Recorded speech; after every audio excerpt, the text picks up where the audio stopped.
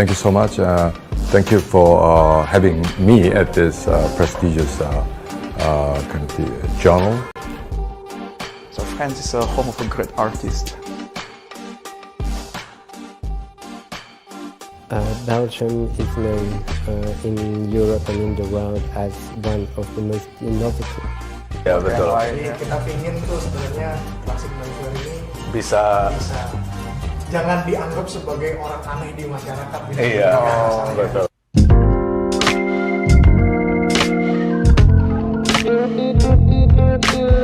So we go to a few cities, obviously. Bangkok, Singapore, and we used to do trunk show in Jakarta before we had this thing. Nah, terkait dengan COVID-19, kita melihat bahwa solusi pamungkas dari pandemi ini mau tidak mau akan ada di vaksin. Pak Presiden selalu begitu ya. Pancasila hanya bisa mendarah daging lagi-lagi ya. Kalau kita juga melibatkan millennials.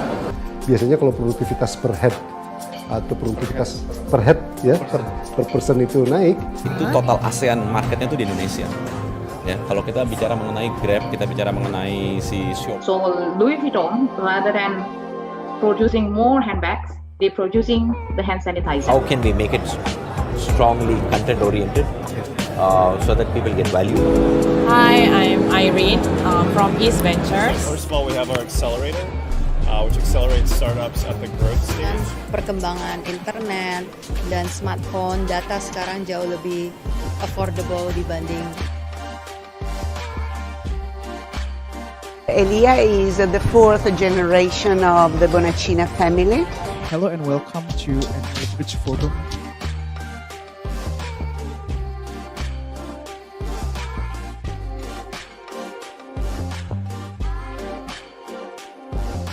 And I can talk to you about tourism, my project here for a bit more than 2 years.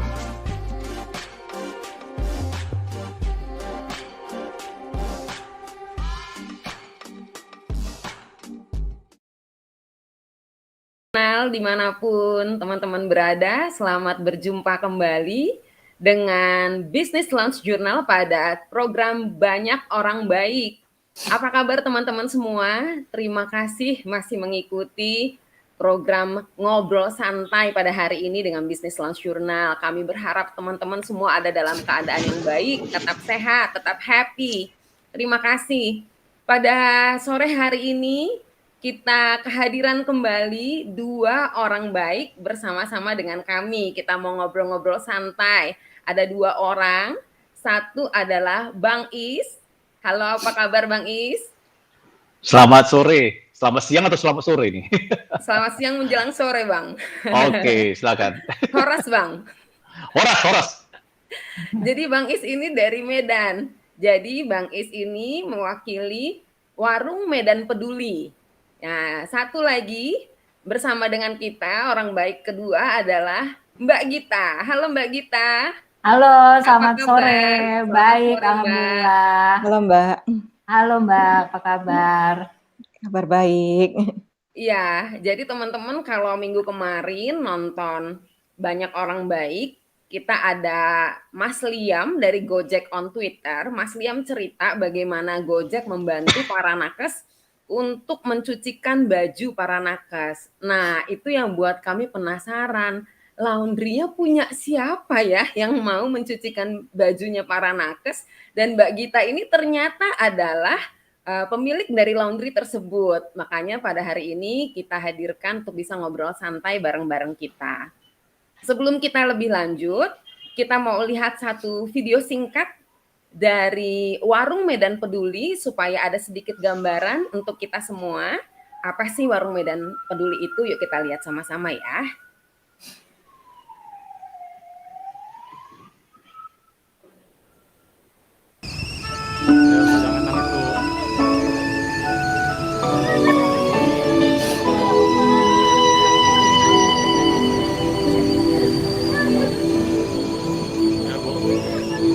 Berawal dari rasa prihatin, warung-warung yang sepi, tak ada pembeli. Akhirnya semua membantu bersatu dan bergerak, bangkitkan semangat Medan Peduli. Takkan jadi miskin karena memberi, marilah terus berbagi dan berbuat baik. Hai kawan semua, mari bantu sesama, hadapi pandemi bersama. Warung Medan Peduli, Warung Medan Peduli. Salam Medan Peduli, Medan, Medan. Ya, terima kasih. Ayo kita lawan virus corona dengan virus kebaikan. Medan Peduli.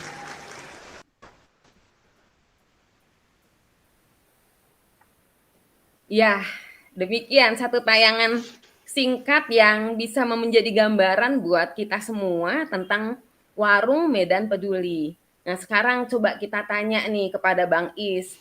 Bang Is, ceritain dong sebenarnya Warung Medan Peduli itu apa sih, Bang? Oke. Tadi lagu ini udah cukup mewakili ya kata-katanya ya. Mungkin teman-teman sudah mendengar lagunya. Ini adalah satu bentuk kepedulian dari teman-teman kita di Medan. Jadi awalnya itu kita dihadapkan dengan satu situasi yang harus kita ambil, dan saya percaya itu yang terbaik dan pemerintah adain, itu adalah PPKM.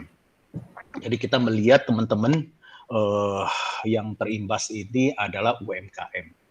Jadi pada saat itu, boleh saya cerita dari awalnya ya, pada saat itu kalau nggak salah tanggal 18 Juli itu, teman-teman pada istilahnya pada ngumpul, dan and then kita lagi berbicara-bicara, dan kita berpikir, yuk kita buat sesuatu yang sederhana aja deh.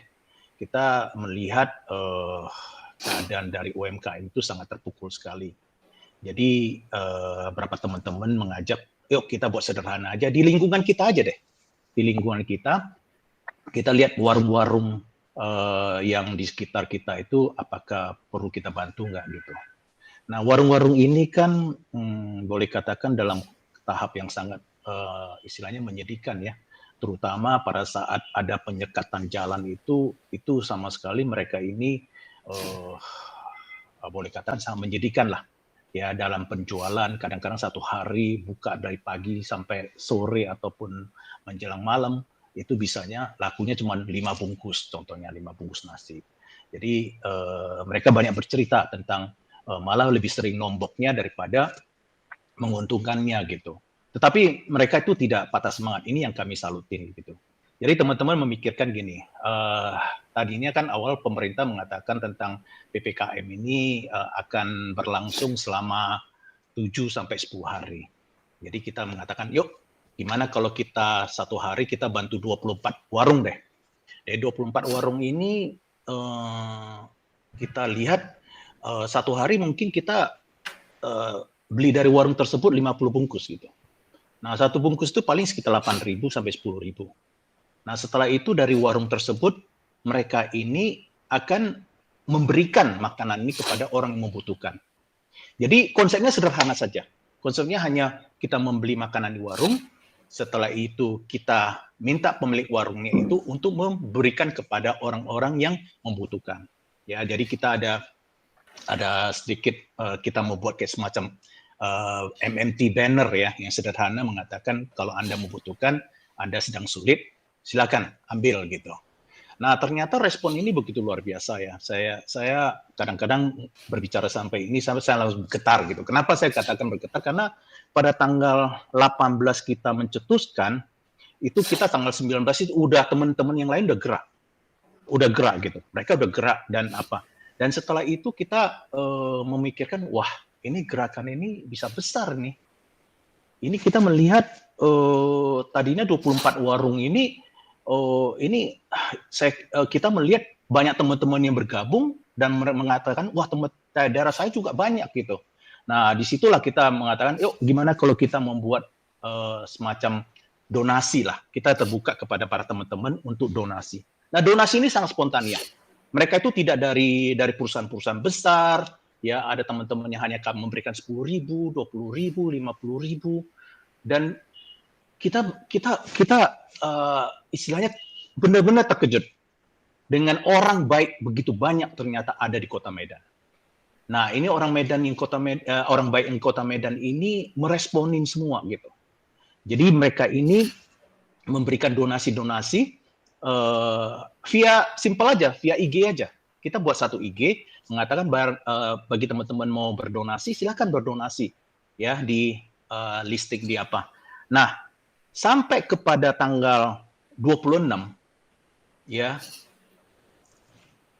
teman-teman kita itu harus mengambil satu keputusan yang boleh katakan ini jarang orang ambil. Kita tutup donasinya. Kenapa kita tutup donasinya? Adalah kita melihat, kita juga harus mengukur ya relawan kita ini semampunya gimana. Karena di masa pandemi ini kan boleh katakan itu sangat-sangat membahayakan kepada para relawan kita. Ya mereka ini benar-benar punya hati, tetapi kita juga harus memberikan satu istilahnya perlindungan kepada mereka. Jadi pada tanggal 26 Juli ini kita tutup donasinya mengatakan kita fokusnya kepada PPKM. Begitu PPKM ini selesai, gerakan Warung Medan Peduli ini akan selesai. Jadi di sana kita juga membuat banyak kekhawatiran lah khususnya kepada para relawan sehingga teman-teman juga mengatakan yuk gimana kalau kita membuat vaksinasi untuk para relawan. Nah, kita juga lakukan. Dan kita memastikan mereka itu sudah vaksinasi. Yang kedua juga, kita juga mengadakan swab antigen ya kepada mereka relawan-relawan ini. Jadi konsep ini artinya kita sebenarnya dalam konteks kita takut juga sih.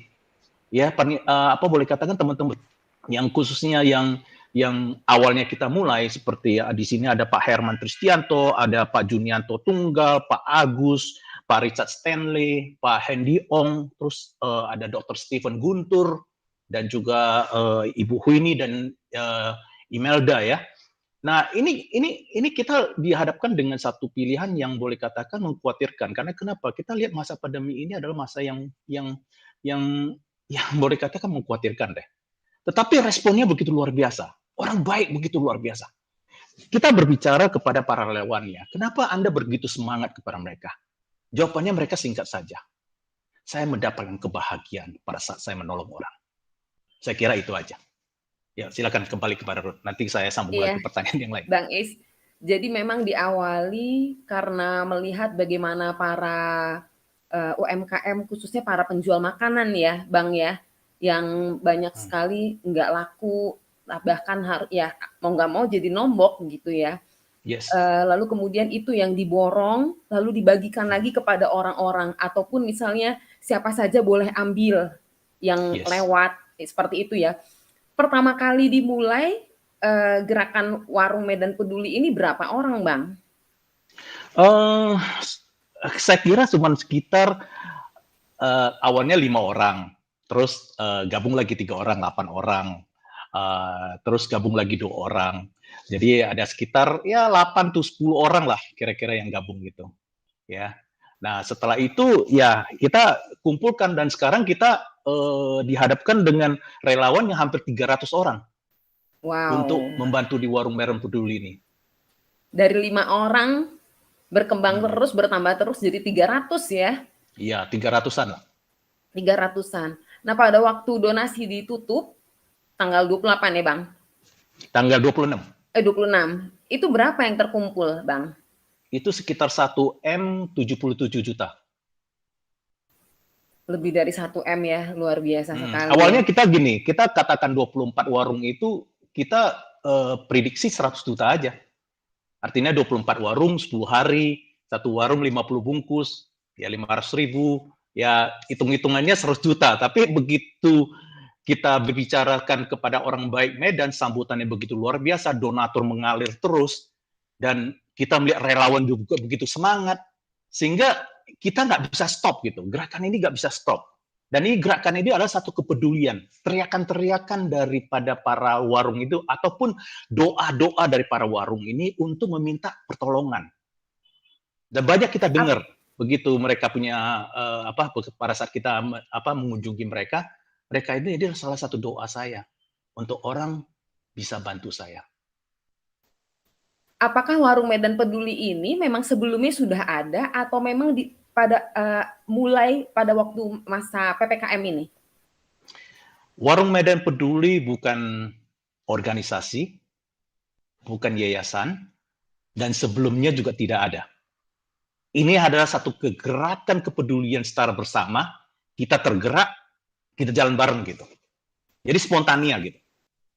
Spontanitas ya. Nah, 5 orang yang awal itu Bang, itu temen atau saudara, keluarga, atau memang satu yayasan atau gimana Bang? Enggak.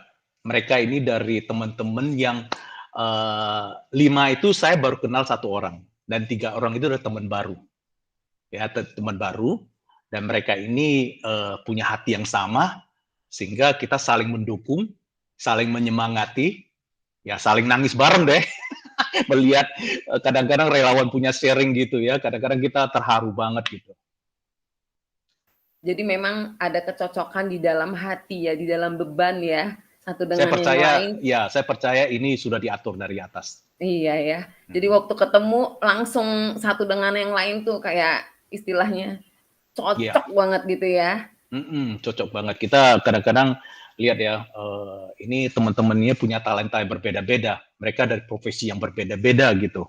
Dan ada yang jago di sosmed, ada yang jago di orasi, yang kalau tadi kita lihat videonya yang ada yang membakar-bakar semangat para relawan seperti Pak Hendy Ong ini, ada yang juru bicara kita yang sudah bergerak di Medan sebagai Master of Ceremony yang ternama di Kota Medan, dan kita diharapkan dengan ya istilahnya semuanya datang begitu barengan dan ketemunya di satu tempat gitu, sehingga Warung Medan Peduli itu bisa bergerak dan bisa melakukan sesuatu yang luar biasa.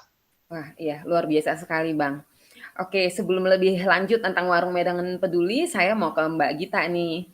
Mbak Gita boleh cerita tentang laundry yang memang menerima mencucikan baju para nakes. Ini memang laundry spesial atau memang laundry yang sengaja dibuat untuk menolong pada masa-masa pandemi atau seperti apa Mbak? Oke, terima kasih Mbak Ruth. Jadi laundry ini bukan laundry spesial, ini laundry seperti laundry kebanyakan. Gitu. Kita membuat laundry ini niatnya, ya namanya juga bisnis ya, pasti niatnya ada profitnya, tapi di balik itu juga ada sosialnya gitu. Karena kita percaya ya kayak tadi sama Bang Is tadi ya, nggak akan miskin kalau kita ngebantuin orang gitu kan.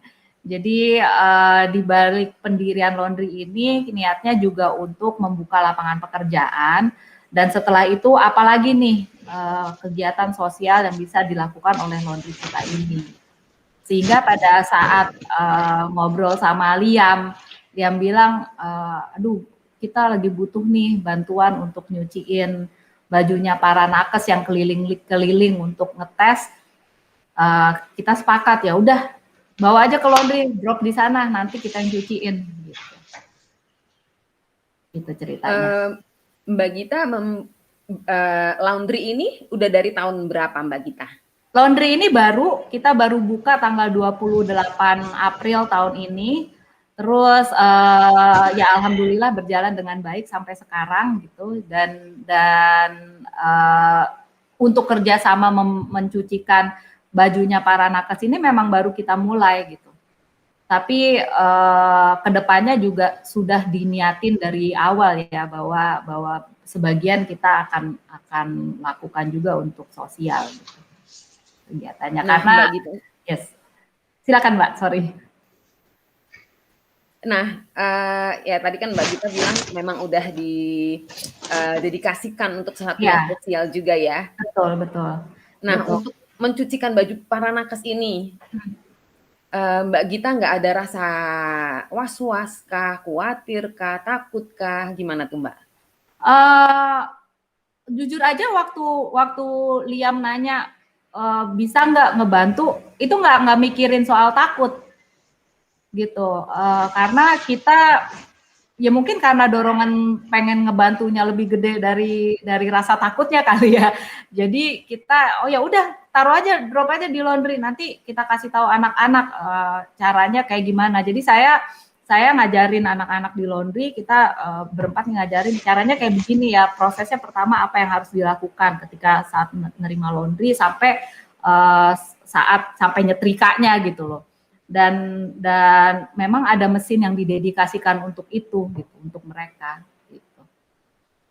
Jadi memang nggak takut karena memang treatmentnya juga udah sesuai ya, jadi ya nggak takut ya.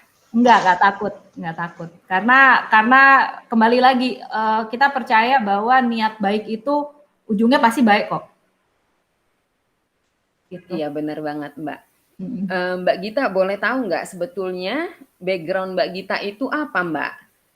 Psikologi.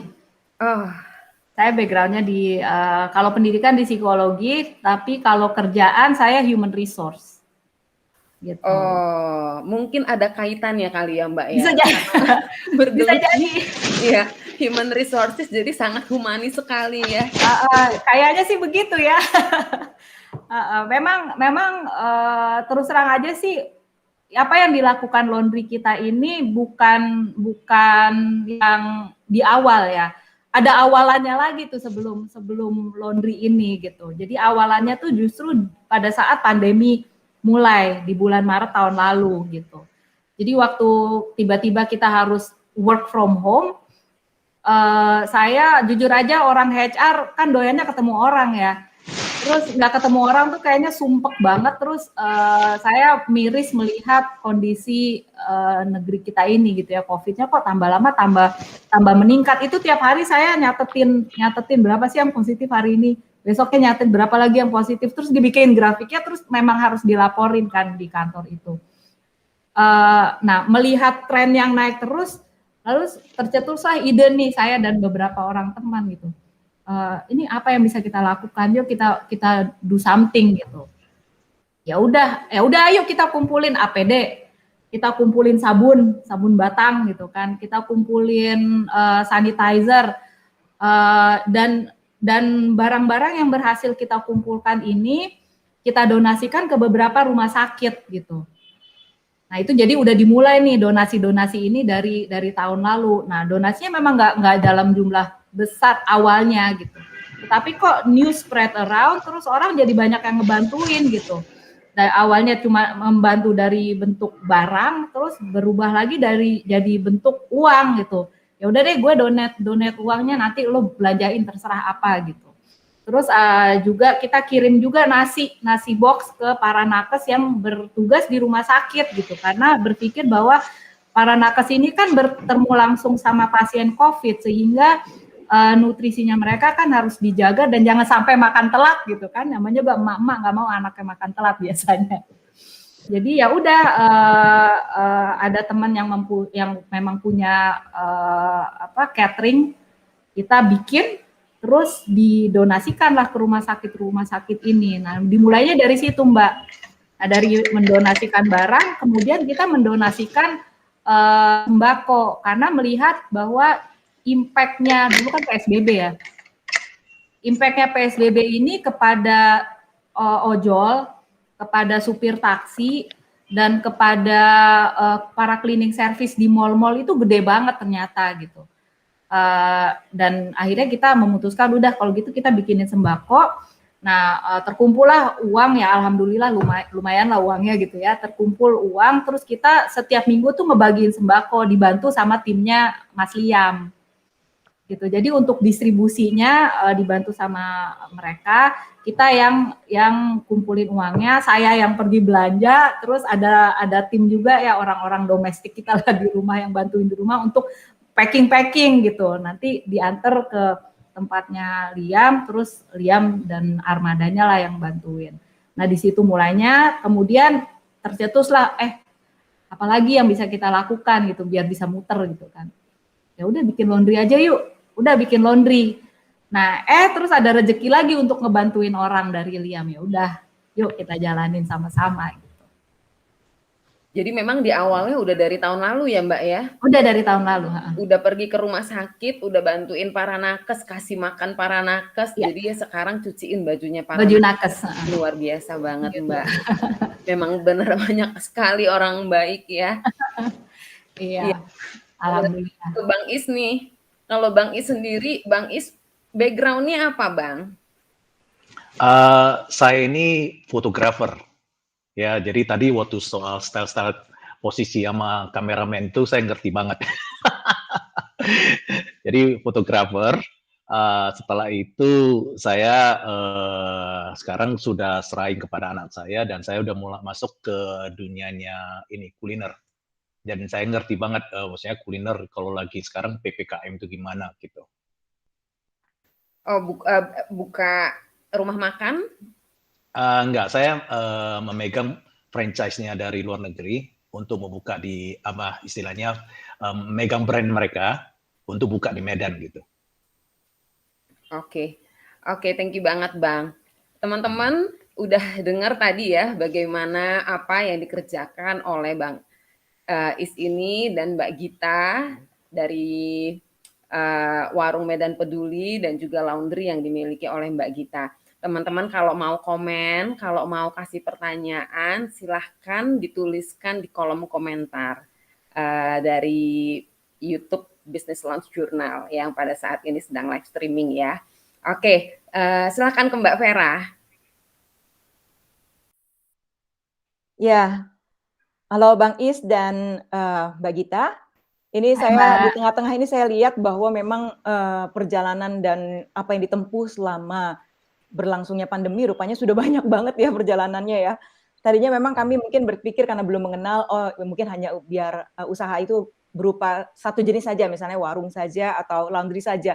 Tapi ternyata baik Bang Is maupun juga Mbak Gita sudah berkembang kemana-mana ya. Bahkan Mbak Gita awalnya udah lewat dengan Bang Liam dan kawan-kawannya itu ya sudah APD, sanitizer, udah bagi-bagi kemana-mana ya. Lalu kemudian Bang Is juga berkembang sampai ke antigen relawan ya, vaksinasi juga menggencarkannya. Jadi memang rupanya ternyata banyak ya, banyak usaha yang bisa dilakukan untuk melakukan sesuatu di masa-masa pandemi ini ya. Nah, saya mau bacakan dulu beberapa komen, ini sudah ada yang masuk nih komen-komen. Ya, dan ini komennya mungkin ada juga dari yang kenal Mbak atau Bang Is di sini ya. Ini ada dari Servin Wu Mitsubishi Sardana Group. Kenal nggak nih Bang Is? seperti dia iya. Kenal ya. Dia bilang komennya go Pak Iskandar. Relawan kita itu luar biasa, Mbak. Artinya mereka itu semangat itu kadang-kadang sampai tengah malam mereka masih mendering di WA grupnya gitu. Saya pengen share dong apa yang saya dapat gitu. Luar biasa, luar biasa. Thank you. Ini ada lagi, kayaknya ini juga yang tadi namanya kalau saya nggak salah disebut nih sama Bang Is nih tadi nih ya. Ada yang namanya Richard Stanley. Kayaknya ini komunitasnya juga. Ini pakarnya sosmed kita itu, pakarnya itu. Dia bilangnya mantap Pak Iskandar. Gitu ya. Jadi rupanya teman-temannya Bang Is nih sudah join ini di sini semua nih. Iya nih, makanya para teman-teman ini kan banyak di istilahnya di interview sama media-media yang lain. Jadi mereka itu pengen tahu nih updatingnya apa gitu. Jadi inilah kebersamaan kita ini luar biasa sekali. Kita sungguh mensyukuri deh. Ini ada yang namanya Agus Focus to Help. Program yang keren banget. Terima kasih karena sudah memberikan support terhadap gerakan Medan Peduli. @warung Medan Peduli. Ini pasti juga dari komunitasnya Bang Is nih. Nah, Mbak Gita, ini juga banyak banget nih orang menyemangati nih Mbak Gita. Terima kasih Mbak atas kepeduliannya ya dari seorang yang bernama Mbak Megawati, kemudian seorang yang bernama Jili mengatakan keren banget Mbak Gita ya. Lalu kemudian ada yang bilang bener banget Mbak Gita, ada niat baik, ujungnya pasti baik. Luar biasa kebaikan hatinya. Amin. Amin. Ada lagi dari yang namanya Joli mengatakan bahwa bener Mbak, niat baik pasti ujungnya baik dan bermanfaat banget, katanya begitu ya. Dari Misal Simalango ini, gak miskin karena memberi, rasa membantunya lebih besar dari rasa takut. Waduh, ini benar-benar ya kalau saya bilang semua orang di sini pasti ini begini, angkat jempol dua-dua.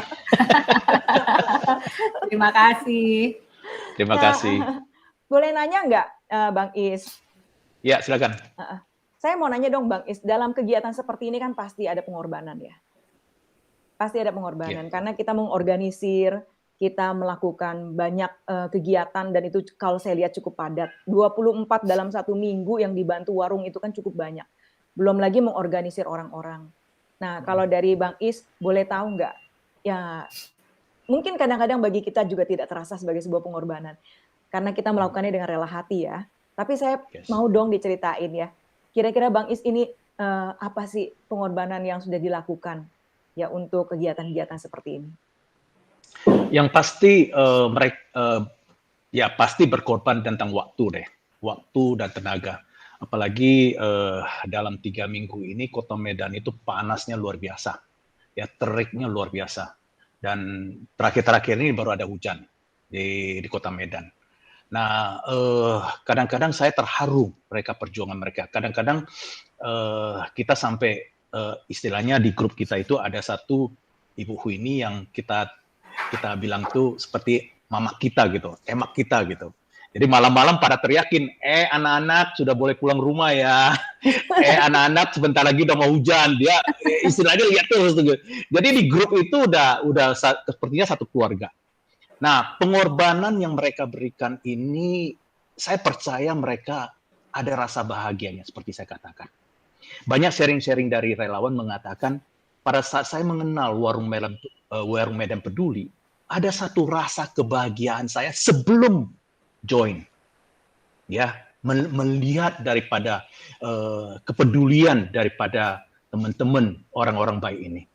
Nah, pada saat mereka melakukannya, melihat senyuman daripada si pemilik warung itu bahagianya luar biasa. Itu tidak bisa terungkapkan. Ya, kadang-kadang pemilik warungnya sampai nangis. Nah, ini video yang tadi awal itu bukan sesuatu yang hanya dia saja.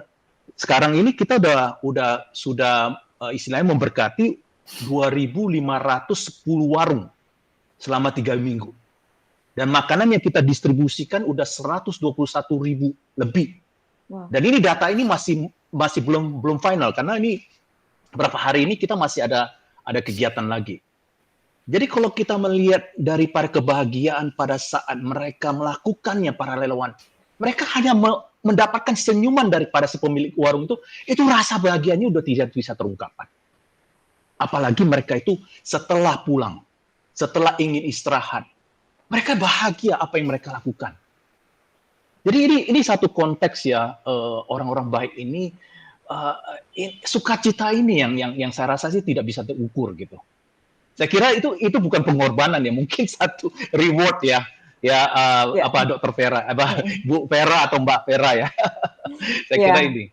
Betul, makanya tadi saya juga berpikir kalau ditanya pengorbanan sebenarnya mungkin tidak tepat karena memang untuk orang-orang baik ya seperti Anda dan tim yang turut bergabung dalam kegiatan ini pasti sebetulnya tidak ada istilah berkorban, itu terlalu kecil dibandingkan dengan kebahagiaan yang diterima, begitu ya Mbak Gita ya? Yes. Ya, jadi pasti itu yang dirasakan. Nah, yang saya juga ingin tahu nih dari Bang Is dulu nih, saya penasaran gitu ya, gimana caranya bisa mengkoordinir lalu kemudian ketemuan, itu awalnya memang sosial medianya itu diviralkan, sehingga akhirnya 300 orang itu bisa ketemuan, dari tadi mungkin 8 orang, 5 sampai dengan 8 orang pertamanya, antar orang-orang yang kenal pasti ya, mula-mulanya, lalu kemudian sekarang 300 pasti udah banyak orang yang nggak dikenal nih, temen ngajak temen dan sebagainya, itu bagaimana bisa memanage mereka, akhirnya bisa ketemuan, bisa ada suatu koordinasi yang sedemikian? Oke, pertama-tama karena berapa teman ya, saya katakan dari awal itu ada 5 orang sampai 8 orang. Mereka ini punya talent ya. Talent itu dalam arti mereka punya teman-teman juga. Jadi saya ingin cerita seperti brother kita yang namanya Brother Richard ini beliau ini sangat-sangat sekali punya banyak teman di sosial media. Nah, begitu dia itu istilahnya melihat ya kepedulian ini, dia langsung viralkan aja. Nah, viralkan itu punya respon. Jadi responnya dari apa yang Richard viralkan, itu responnya itu kembali lagi kita ini mengkoordinirkan untuk memasuki ke dalam satu tim, namanya tim relawan. Nah, dari tim relawan ini, ya, mereka itu kita akan membriefing mereka. Nah, ada berapa teman yang seperti Hendy Ong ini, dia jago di dalam istilah memobilisasi relawan. Nah, ini orang-orang ini datang, ini orang-orang ini yang seperti Richard ini saya belum pernah ketemu. 3 minggu yang lalu saya banyak mendengar beliau, Richard, tapi saya nggak pernah ketemu gitu. Nah, untuk memobilisasi diperlukan satu istilahnya katakan 1 jam terbang lah, ya. Dan kebetulan teman kita Hendy itu luar biasa sekali. Dia bisa memanage, meng-care para relawan sehingga terbentuklah satu sistem. Dan briefing kita itu boleh katakan kita ada posko. Tetapi posko itu sifatnya hanya ingin membriefing secara singkat gitu. Tetapi kita kita jaga prokes ya. Artinya kadang-kadang kita melalui online, kita kirim videonya, kita bilang, yuk liatin video deh untuk apa-apa yang isinya di briefing itu. Sehingga SOP kita ini semuanya itu jelas. Kita mengatakan kita maunya ini. Outline-nya apa? Contohnya, Warung Medan Peduli ini makanan harus dihidangkan di depan warungnya. Kita tidak membawa makanannya, kita tidak membawa makanan ke satu tempat kita bagikan, enggak. Kita mau pemilik warung bisa merasakan arti membaginya. Dan mereka itu senang sekali.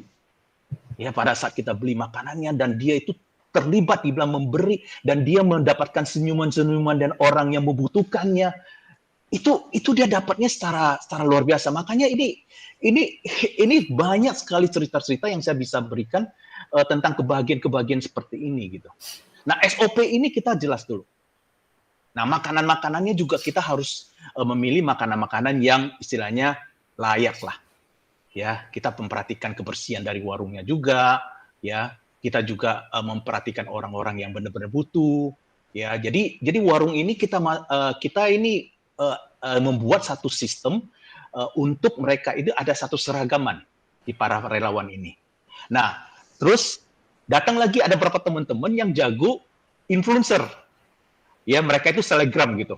Seperti saya lihat ini ada Lilisan Wijaya, ada Nini Lim, terus ada teman baik kita Peter Suhendra. Mereka ini tergerak gitu. Tetapi cara mereka itu apa? Mereka itu ya ini mengatakan saya terlibat gitu.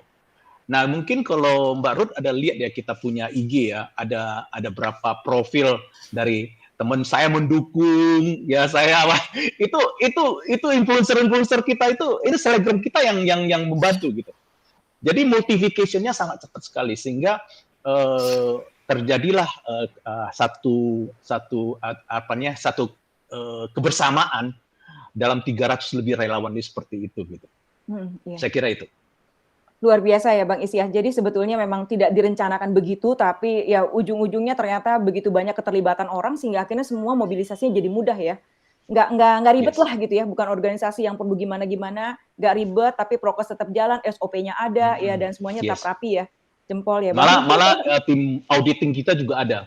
Itu ada sekarang kan work from home ya, banyak accountant ataupun accounting yang ada di Medan dan dia itu bergabung dengan perusahaan-perusahaan auditing yang cukup terkenal seperti PwC ya. Mereka itu ikut di dalam ini kita punya, karena ini angkanya ini angka yang gede banget menurut kita gitu. Jadi transparan juga ya. Iya, kita awalnya menganggapnya udahlah 24 warung 10 hari 100 juta. Nah, sekarang ini 10 kali lipat. Dan warungnya juga dari 24 jadi 2.510. Ini sesuatu yang harus kita pertanggungjawabkan kepada para donatur. Dan donatur itu bukan donatur yang akan minta panggung gitu. Istilahnya dalam kutip quote and quote harus brandnya dinaikin. Nggak ada. Ini orang baik semua, orang Kota Medan. Jadi tidak ada organisasi di dalam, tidak ada yayasan di dalam yang membawa nama mereka. Dan kita tahu gerakan ini hanya sifatnya spontania. Kenapa saya mengatakan seperti ini? Karena kita tahu banyak organisasi seperti Lions Club, Rotary Club itu mereka udah jago deh. Mereka udah sistemnya udah ada. Pakar ini mereka udah apa banget gitu. Dan kita nggak mau take over mereka. Ya, saya percaya mereka juga punya program sendiri. Dan kita lihat dengan apa yang kita lakukan, mereka juga disentil gitu. Disentil untuk melakukannya gitu. Ya, mau tak mau mereka juga melakukannya. Jadi Kota Medan ini sekarang ini yang namanya memberikan makanan gratis kepada orang yang membutuhkan, itu udah di mana-mana banyak organisasi. Dari perusahaan, orang pemilik kafe, dia datang nyamperin kita, boleh nggak kita ikut? Saya bilang boleh, lakukan sendiri aja di depan kafe kamu gelarin meja, taruh makanannya, taruh kita punya banner mereka, silakan ambil bagi yang membutuhkan. Mereka melakukan, dan multiplication-nya sangat luar biasa sekali. Ya, jadi kita nggak dititipin ya, istilahnya mereka itu, saya mau kasih dong 100 bungkus, taruh, yang bawain ke sana, enggak. Lakukan sendiri. Dan apa ya, saya katakan saya sangat terkejut sekali ya. Gerakan ini sudah menyambar kepada Jakarta. Ini Jakarta udah mulai masuk nih. Bandung sudah masuk, Bali juga masuk. Dari mereka mau mengatakan warung Jakarta peduli, warung Bandung peduli, warung Surabaya peduli. Saya dengar hari ini Bali juga udah bergerak. Jadi warung Bali peduli. Jadi mereka ini melihat kepedulian ini, saya percaya ini ada sesuatu hal yang baik gitu. Bang, itu personilnya salah satu dengan yang lain saling terkait nggak tuh antar kota? Enggak, maksudnya antar kotanya personel gimana maksudnya? Jadi timnya dari Medan, Jakarta, tadi Bali gitu? Independence. Oh, jadi ini teman-teman kita nih, teman-teman kita berdomisili Jakarta. Dia kan lihat dong, kita punya IG, kita punya Facebook. Lu lagi ngapain sih? Kami lagi gini. Wah, keren banget itu. Gue mau bantu gimana? Simple. Ya di warung lu, 5 pintu dari rumah lu ada warung nggak? Ada kan? Ya nyamperin mereka aja. Kalau mereka bilang mereka bersedia, pasti bersedia ya, karena kita ingin membantu ya. Ya udah digelarin aja di depan, taruh di depan dan membagikan. Jadi ini dalam waktu dekat ini kita juga nggak bisa stop ya gerakan warung peduli ini ya, karena warung-warung peduli udah masuk kota-kota nih. Ya, jadi saya tadi baru dengar dari udah seperti api menjalar. Iya, ini Pekanbaru juga hari ini juga jalan hari ini. Pekanbaru udah jalan, dan saya dengar Semarang juga udah lagi planning ya, udah buat banner-bannernya gitu untuk apa. Jadi ya kita bersyukur lah, maksudnya cipratan-cipratan yang kecil dari Kota Medan yang menjadi hadiah kecil buat Kota untuk Indonesia ya, yang bisa untuk ini. Dan kita selalu menyemangati para pemilik warung kok. Kita mengatakan Anda tidak sendiri. Ya, kita bersama Anda. Kita mengatakan PPKM itu adalah keputusan yang terbaik pemerintah yang akan memberikan kepada kita. Dan kita harus dukung. Ya, tidak ada sesuatu yang istilahnya, walaupun itu adalah salah satu korban, tetapi percaya deh, kita akan laluin bersama. Jadi melalui warung Medan Peduli ini, kita menyemangatin para pemilik warung ini. Mengatakan Anda tidak sendirian. Kami bersama Anda. Gitu. Ya, makasih Bang Is. Sekarang saya beralih ke Mbak Gita ya. Mbak Gita, mau tahu juga dong Mbak Gita. Mbak Gita ini awalnya kan tadi sama temennya ya? Iya. Teman kantor ya Mbak ya? Teman kantor, sekantor. Sekantor. Ada berapa orang awalnya Mbak? Berdua aja? Atau? Awalnya berdua aja. Jadi tahun lalu itu cuman kita berdua, dan ya mungkin ya agak-agak nggak tahu ya bagaimana ngomongnya. Keberuntungan saya sebagai orang HR itu armadanya banyak kan untuk dimintain donasi gitu. Jadi saya bilang oke, gue mau lakukan ini buat para nakes. Mereka kekurangan APD, mereka kekurangan masker, mereka kekurangan sabun, mereka butuh sanitizer. Kita kebetulan bekerja di perusahaan FMCG yang memproduksi barang-barang tersebut ya, sabun dan sanitizer gitu. Jadi lantas teman-teman anak-anak kantor nih, ya udah Mbak, kita kumpulin aja gitu. Jadi kita memang benar-benar ngumpulin sabun ini dari teman-teman yang ada, anak-anak di kantor ya, karyawan yang ada di kantor. Awalnya di situ gitu. Terus tapi yang mengkoordinir ya kita berdua aja, saya dan teman kantor saya ini. Terus habis itu setelah mengumpulkan APD dan lain-lainnya, pada saat kita bergerak ke membuat sembako, itu donaturnya tuh jadi lebih banyak lagi. Dan seperti yang tadi Bang Is bilang, ini kan kita harus ada pertanggungjawabannya terhadap para donatur itu. Maka dibuatlah Instagram khusus untuk membuat segala macam laporan kegiatan kita gitu. Jadi berapa uang yang terkumpul setiap minggunya dan berapa sembako yang berhasil kita bikin dari uang yang terkumpul tersebut dan kemana kita ngebagiinnya, itu semuanya kita taruh di Instagram yang kita buat gitu. Jadi kita bukan yayasan, kita hanya sekelompok orang yang peduli terhadap sesama gitu. Jadi bagi donatur kita kasih tahu ini ada Instagram account-nya, silakan dilihat laporannya ada di situ. Jadi rutin kita memberikan laporan donasi-donasi yang masuk dan donasi sembako yang sudah berhasil kita buat dan dikasih kemana donasinya tersebut. Gitu. Terus bagaimana caranya Mbak bisa kenal sama si Bang Liam, teman-temannya Gojek on Twitter itu? Atau memang dicari atau memang awalnya satu Gojek aja kemudian akhirnya jadi berkembang atau seperti apa itu Mbak? Enggak, kenalnya itu kan Liam sama teman-temannya dulu mulai dengan Just Tip kan. Gitu. Nah, dari situ kenalnya. Jadi ternyata armadanya banyak nih Just Tip ini, ojol-ojol yang Just Tip. Ya udah kalau gitu bisa lewat mereka. Ternyata mereka juga kegiatannya banyak ya. Udah simbiosis mutualisme akhirnya. Gitu. Ternyata mereka juga senang membantu-bantu seperti ini dan semangat ya. Gitu. Bahkan untuk laundry pun pada saat kita buka kan di tanggal 28 April tuh. Bentar lagi lebaran kan. Gitu. Nah, kita pada waktu lebaran tuh buka juga gitu. Jadi minta tolong juga sama Liam, kita butuh bantuan nih terutama untuk delivery laundry-nya customer yang dicuci gitu kan. Kalau nggak di deliver tuh laundry udah penuh, nggak bisa nampung lagi baju-baju yang udah selesai disetrika gitu kan. Jadi dibantuin juga sama teman-teman dari timnya Liam. Gitu. Berapa banyak sih Mbak biasanya permintaan cuci baju dari nakes-nakes itu Mbak? Biasanya dalam seminggu ini jadi gini. Kalau mereka itu akan sekali ngedrop tuh lumayan beberapa lot gitu. Satu lot itu kita 6 kilo gitu. Jadi satu kali ngedrop tuh bisa 3-5 lot gitu. Nanti berapa hari kemudian ngedrop lagi. Jadi seminggu tuh bisa sekitar 2 kali drop, terus nanti minggu depannya ambil ada lagi yang di drop gitu. Jadi saya biasanya suka tanya, Liam ada lagi nggak yang mau di drop biar anak-anak siapin satu set gitu khusus untuk baju para nakes gitu. Ya, kalau buat Mbak Gita ini benar-benar pengorbanan juga ya, karena kan memang mengurusi nakes-nakes yang sebenarnya setiap hari mereka terpapar ya dengan virus ya, tapi tidak memperhatikan, rasa mau menolong itu lebih besar daripada rasa takut yang tadi dikatakan. Betul. Soalnya gini, fokus tetap jalan ya.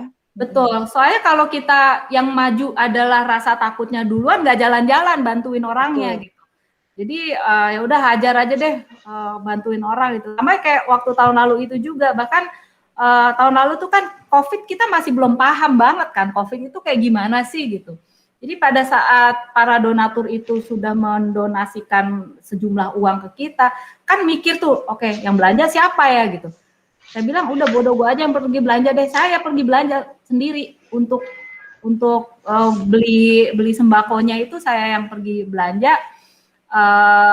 Ya jadi sambil belanja sambil meeting gitu, jadi multitasking akhirnya. Nah saya nggak takut, gitu. Saya bilang udah pakai masker, pakai sarung tangan, kalau udah selesai belanja pulang mandi, ganti baju semua udah selesai. Yang penting prokesnya dijalanin gitu.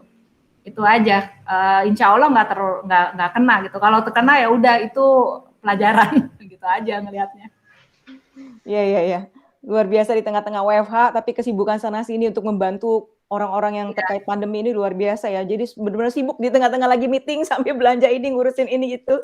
Iya. Lari-larian ke sana kemari ya Mbak.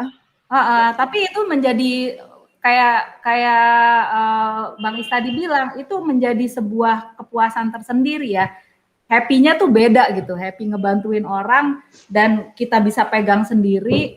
Terus ngelihat impact-nya ya, mungkin impact-nya saya nggak terlalu merasain, tapi ngelihat muka orang yang terima sembako, terima bantuan itu luar biasa membuat saya personally dan kami ya happy banget gitu. Jadi ya begitulah. Ya, makasih Mbak Gita. Bu Ruth, mungkin kita bisa beralih ke kisah-kisah yang kita tunggu ini, Bu Ruth. Ya, silakan. Ya, Mbak Gita, boleh nggak bagi kepada teman-teman bisnis lunch jurnal ini, ada nggak sih kisah-kisah yang pengalaman-pengalaman menarik lah selama membantu, mulai dari mungkin membagikan APD dan sampai nyuci baju nakes gitu. Ada nggak kisah-kisah yang bisa dibagikan? Ada sih, menariknya gini. Ketika kita mulai membantu ngasih APD, sabun dan lain sebagainya, kan ada protokolnya sendiri ya, aturannya di rumah sakit itu gitu. Nah, di salah satu rumah sakit kebetulan teman saya jadi dokter di sana. Terus dia bilang, Mbak, nanti kalau udah mau nganterin barangnya kasih tahu aku ya gitu. Nah, ini supir udah jalan nih ke sana. Terus aku kasih tahu, ini supir udah jalan nih ke sana, minta tolong dong biar birokrasinya nggak terlalu ribet gitu loh, tungguin ya di sana gitu. Ternyata teman saya ini lagi operasi, lagi di ruang operasi, jadi nggak bisa menyambut lah supir gitu. Akhirnya barang donasi kita itu lewat kemana-mana jalurnya untuk sampai bisa diterima oleh para dokter gitu kan. Nah, mungkin saya bilang ya pembelajarannya adalah ya setiap rumah sakit ini punya prosedurnya masing-masing, ya udahlah prosedur itu kita percayakan prosedur itu yang terbaik buat mereka gitu. Itu yang menariknya. Terus yang kedua adalah waktu kita bagi-bagi sembako gitu. Kita bagiin sembako ke para cleaning service yang ada di Tamrin City. Nah, di situ kita baru find out bahwa ternyata mereka ini masih tetap kerja, tetapi daripada mereka kehilangan pekerjaan, Tamrin City itu memutuskan untuk tetap mempekerjakan mereka, tapi shiftnya diatur gitu. Nah, jadi pendapatan mereka karena harus sharing shift sama temennya, drastis kan menurunnya gitu. Tapi tetap mereka tetap mau, daripada kehilangan pekerjaan tetap bekerja gitu kan. Saya bilang kalau cleaning service di satu mall kayak begini, berapa banyak lagi nih cleaning service yang punya nasib yang sama gitu. Nah, melihat itu jadi tambah semangat kan akhirnya untuk ngumpulin donasi gitu. Jadi saya sama teman saya sama Pak Rudi itu benar-benar lewat Instagram, lewat koneksi kita, lewat koneksi teman kita gitu. Jadi word of mouth aja yang kita pakai untuk mempromosikan, ayo dong bantuin gitu, karena banyak sekali loh orang di luar sana yang satu kehilangan pekerjaan, dua masih ada pekerjaan tapi pendapatannya significantly menurun gitu. Terus ketiga ya memang benar-benar masyarakat yang termarginalisasi gitu ya. Jadi emang mereka butuh bantuan. Nah, kita patutnya sih bersyukur ya karena masih ada pekerjaan, masih ada income tiap bulannya gitu. Ayo bantuin sama-sama gitu. Nah, terus kalau untuk yang pembantu nakes tuh awalnya pas tahu dia minta tolong ini, kita kan berdua udah kita kerjain aja gitu. Tapi kita gimana ya cara ngerjainnya? Kebetulan ibu saya dokter gitu kan. Jadi saya nanya telepon, "Mah, ini mau nyuciin baju nakes gimana nih caranya?" Ya udah pakai Dettol gitu kan. Jadi caranya, jadi ibu saya ngejelasin dulu, Mama waktu praktek di rumah sakit, caranya baju tuh dikumpulin, dipisahin dulu mana yang baju nakes, mana yang baju ini gitu. Dipisahin terus habis itu nanti disiram pakai Dettol gitu. Gitulah pokoknya dijelasin itu. Tapi dan kita sepakat pokoknya kalau terima baju nakes mesinnya sama dryernya satu, jangan dicampur-campur. Itu sih yang menariknya. Thank you banget. Ada pelajaran baru lah.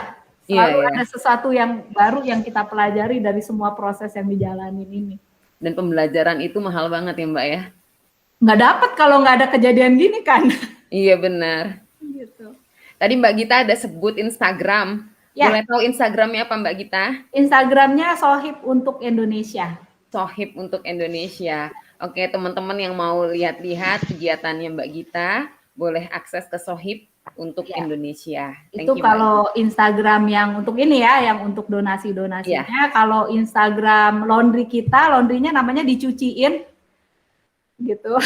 Dicuciin, jadi Instagramnya dicuciin laundry ID. Dicuciin laundry ID. ID. Ide. Oh, oke, ID. Oke, thank you Mbak Gita. Baik, sekarang Bang Is. Tadi Bang Is sudah pesan-pesan suruh siapin tisu. Bang Is mau cerita. Silakan Bang Is. Wah, kalau kita mau cerita ya dari warung yang kita udah kunjungi 2000-an ya, itu banyak sekali cerita-cerita yang luar biasa. Tapi satu yang saya lihat ya, mereka ini tidak menyerah. Ya. Nah, ini saya ingin bawa ke dalam satu ini ya, mungkin di IG kita di Warung Medan Peduli itu ada satu cerita tentang anak kecil penjual tebu. Mereka baru berusia sekitar 12 tahun dan kakaknya 13 tahun. Dan mereka itu harus menjual tebu. Ya, air tebu sambil sekolah. Nah, pada saat kita nyamperin kepada mereka, kita mengatakan, "Adik masih sekolah?" "Iya, kami masih sekolah," gitu. "Kenapa menjual tebu?" "Karena orang tua saya sakit." Nah, orang tua ini udah single parents. Ya, ayahnya sudah meninggalin mereka dan mereka punya kalau nggak salah 6 saudara. Mereka inilah yang paling besar. Umur 13 tahun itu yang paling besar. Dan adiknya itu 12 tahun. Nah, mereka ini, kakak beradik ini bukan cowok loh. Kita bilang, adik kecil gitu. Nah, mereka ini berjuang tanpa harus menyerah. Kalau kita katakan, kalau mereka menyerah, mereka tinggal ulurin tangan aja di persimpangan jalan. Mereka tidak menyerah. Pada saat kita nyamperin dia, si adiknya itu sambil belajar online, jadi kita mengatakan, "Adik nanti besar mau jadi apa?" "Mau jadi dokter," katanya. "Kenapa mau jadi dokter?" "Karena kami mau jaga mama saya." Mama saya itu apa? Pemulung, kalau dia lagi sehat. Nah, si adiknya ini, ya berusaha menjual tebu. Satu hari, syukur-syukur dapat 10 bungkus. Syukur-syukur. Jadi kami datang ke sana, kita mengatakan, mimpi-mimpi Anda apa gitu. Jadi itu kita melihat itu satu perjalanan mereka yang tanpa menyerah itu luar biasa. Kadang-kadang kita terlalu terlalu comfort ya, melihat di luar itu mengatakan, aduh, kayaknya sih seperti saya kemarin saya ada ngomong kepada para relawan ya. Pada saat Anda menemukan orang yang lagi sedang susah, jangan sekali-sekali memikirkan bahwa Tuhan sedang menguji mereka. Tetapi Tuhan sedang menguji dirimu. Apakah kamu sanggup untuk menolong atau membantu mereka? Nah, kita lihat ini semuanya ini. Kadang-kadang kita nggak tahu. Kita merasa kayaknya lengah gitu di hadapan seperti ini. Jadi kita lihat dengan bantu para pemilik warung itu kadang-kadang kita sedih. Ada kalanya mereka menaikkan bendera putih taruh di depan warungnya. Ya mungkin udah di viral ya di nasional ya, pemilik warung yang menaikkan bendera putih di depan warungnya. Itu ada satu kompleks ya, itu biasanya itu tempat yang pusat jajanan gitu. Nah, pusat jajanan itu ada sekitar hampir 50 warung-warung yang kecil. Tapi di organize dengan bagus struktur. Itu semuanya kosong. Kosong semuanya. Mereka menaikkan bendera putih. Nah, kita datang di sana mengatakan, kita dari Warung Medan Peduli, boleh nggak kita mengadakan satu istilahnya bantuan gitu. Waduh, mereka bersyukur banget. Ya, mereka masing-masing dengan kita atur sedemikian rupa. Waduh, kita juga ketakutan karena kalau 50 warung 50 bungkus itu kan 2.500. Gimana caranya 2.500 tiba-tiba orang datang berkerumun? Sedangkan di prokes itu kita harus jaga gitu. Jadi akhirnya teman-teman sempat ini juga panik menghadapi istilahnya kerumunan yang begitu besar gitu. Nah, akhirnya kita membagilah. Tapi singkat cerita terorganisasi dengan baik gitu. Nah, bendera putih mereka bisa. Kita tanya, Kenapa bendera putih? Ya nggak bisa jalan lagi. Ada pemilik warung sampai memakai plang di depan warungnya. Orang lalu lalang mengatakan, bila Anda membeli nasi di tempat saya, Anda telah menyelamatkan 3 nyawa. 3 nyawa. Dengan membeli nasi saya aja Anda menyelamatkan 3. Karena kenapa? Mereka ini hidup untuk hari ini, usaha hari ini, supaya besok bisa makan. Itu menyedihkan sekali. Mereka itu, waduh, air matanya melinang gitu. Ini banyak cerita-cerita seperti saya katakan, makanya saya katakan ini bisa 3 jam nih saya cerita tentang pemilik-pemilik warung yang begitu sedih gitu. Saya kira kembali lagi ya, apa yang kita laluin sekarang, saya percaya ya ada orang yang masih peduli sama kita. Melalui warung Medan Peduli itu ada satu lilin kecil yang ingin kita gerakkan kepada teman-teman seluruh kota di Indonesia supaya memperhatikan sekelilingnya. Nggak gampang kok. Mungkin hari ini kita beli satu bungkus nasi 40.000, tapi 40.000 itu bisa 8 orang makan. Kalau dia 8.000 kan, bisa 8 orang. Kita kurangin aja 40.000. 8 orang kita bisa kasih makan. Dan si pemilik warungnya itu bisa istilahnya menghidupin keluarganya. Itu aja. Thank you banget Bang Is. Ini memang ceritanya sangat-sangat menyentuh. Sebab kalau kita mungkin nggak turun ke jalanan, ke sekeliling kita nggak tahu apa yang terjadi di sekitar kita. Tetapi dengan sharing dari Bang Is pada hari ini, teman-teman kita semua tahu bahwa sebenarnya ada begitu banyak orang yang membutuhkan pertolongan kita. Dan kita pasti bisa kok membantu mereka semua di sekeliling kita. Oke, terakhir Mbak Vera, silakan ada yang mau disampaikan. Ya, di bagian akhir ini mungkin ada beberapa komen lagi. Mbak Ruth, saya akan sampaikan juga ya. Bang Is, juga Mbak Gita, terima kasih buat sharingnya. Ini kebanyakan orang-orang yang memberi komen ini, mereka salut luar biasa ya. Dan rata-rata respon di sini saya baca beberapa orang ya, ada yang mengatakan selain mereka mengatakan salut buat Bang Iskandar dan Mbak Gita, mereka juga mengatakan luar biasa terharu mendengarnya ya. Terharu mendengarnya melakukan kebaikan dengan ketulusan, memberikan kebahagiaan bagi semua.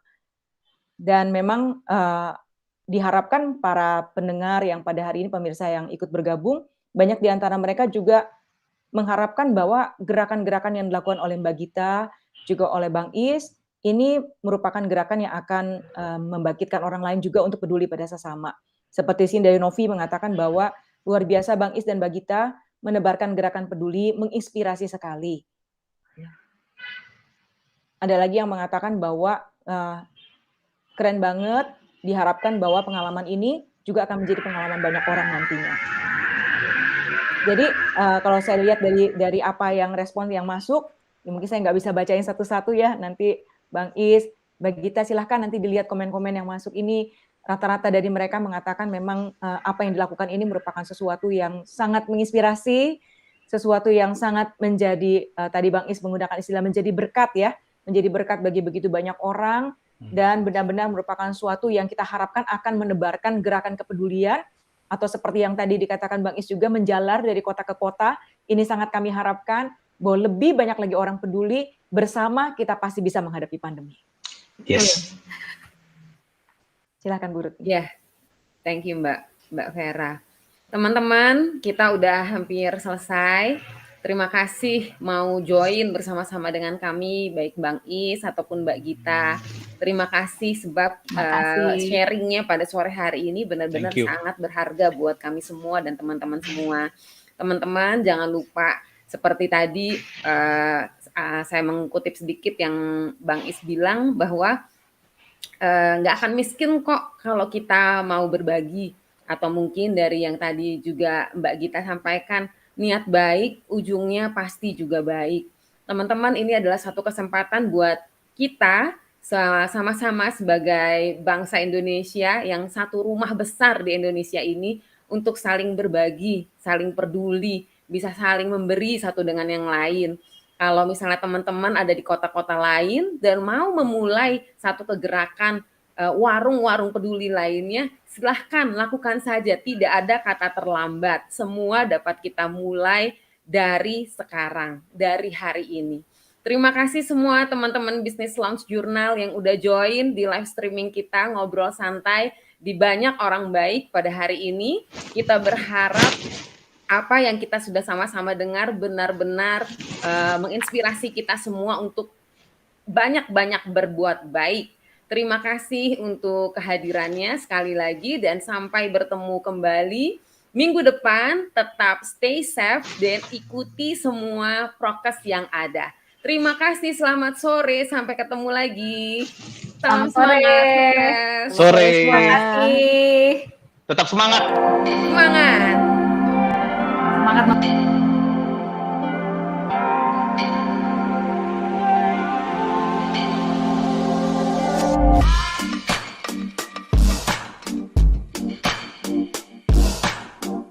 Thank you so much. Thank you for having me at this prestigious journal. So France is a home of a great artist. Belgium is known in Europe and in the world as one of the most innovative. Ya betul. Jadi kita pingin tuh sebenarnya Klasik Menswear ini Bisa. jangan dianggap sebagai orang aneh di masyarakat. Iya, betul.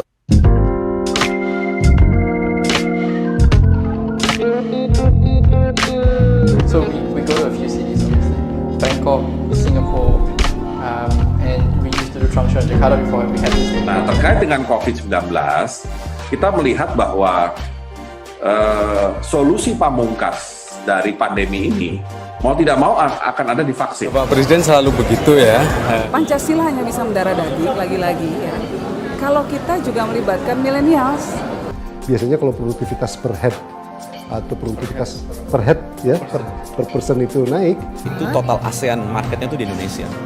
Ya, kalau kita bicara mengenai Grab, kita bicara mengenai si Shop. So Louis Vuitton, rather than producing more handbags, they're producing the hand sanitizer. How can we make it strongly content oriented so that people get value?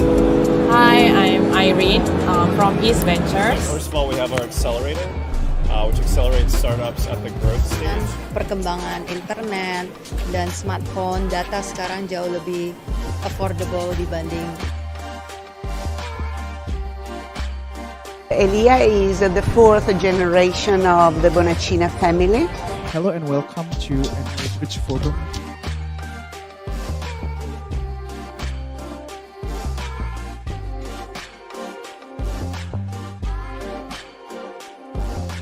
And I can talk to you about tourism, my project here for a bit more than 2 years.